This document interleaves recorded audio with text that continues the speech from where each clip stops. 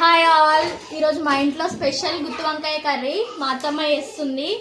నా పెళ్ళైనప్పటి నుండి ఆ కర్రీ అంటే నాకు బాగా ఇష్టం. మా అత్తమ్మ చేసిన వాటిలలో గుత్తి వంకాయ కూర, దానికోసం ప్రిపరేషన్, దానికోసం ఇవన్నీ మసాలాకు నువ్వులు, పల్లీలు, మెంతులు, ధనియాలు, జీలకర్ర, ఇవి లవంగా, ఇలాచి, దాల్చిన, ఉల్లిగడ్డ, పచ్చిమిర్చి, వంకాయ, చింతపండు, ఇవన్నీ వేయించుకోవాలి.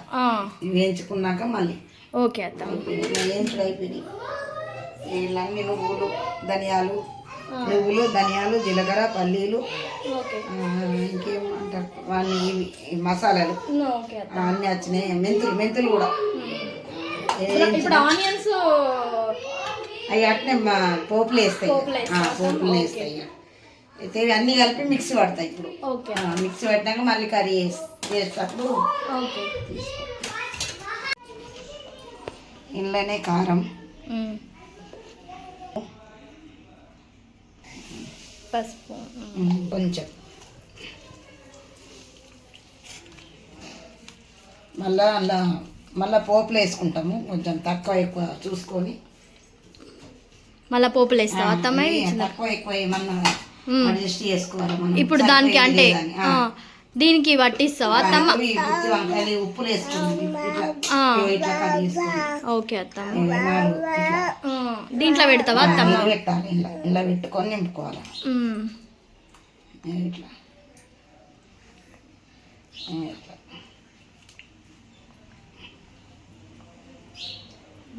అన్నీ కూడా అట్లనే పెట్టుకోవాలి కదా అత్తమ్మ? అన్ని ఇట్లా పెట్టుకొని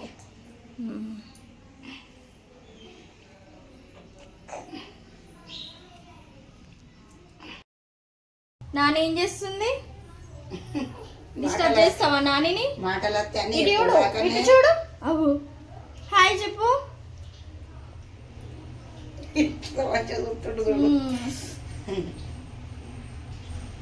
కన్నయ్య జీలకర్ర,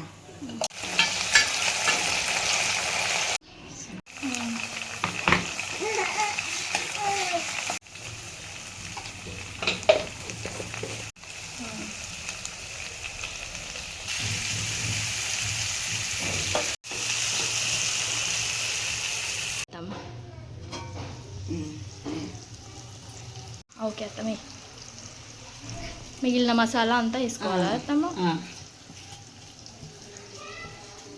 అంతా వేసుకున్న తర్వాత ఇదంతా ఇప్పుడు మిగిలిన మసాలా వేసినా కదా, తర్వాత మళ్ళీ మనం ఉప్పు, కారం, పులుపు ఈ మూడు చెక్ వేసుకొని మళ్ళీ తక్కువ అనిపిస్తే అడ్జస్ట్మెంట్ చేసుకొని కొత్తిమీర వేసుకొని దించుకుంటే అయిపోతుంది. ఓకే అవుతుంది కదా అత్తమ్మ? ఫస్ట్ ప్రాసెస్ అంతా వేసుకుంటే వంకాయ కర్రీ. ఈ మసాలాలు తయారు చేసేసరికి టైం పడుతుంది, కానీ కర్రీ తొందరగా అయిపోయినట్టేనా అత్తమ్మ? అయిపోయింది. ఓకే, నూనె కూడా పైకి తేలింది. కొత్తిమీర వేస్తావా అత్తమ్మ?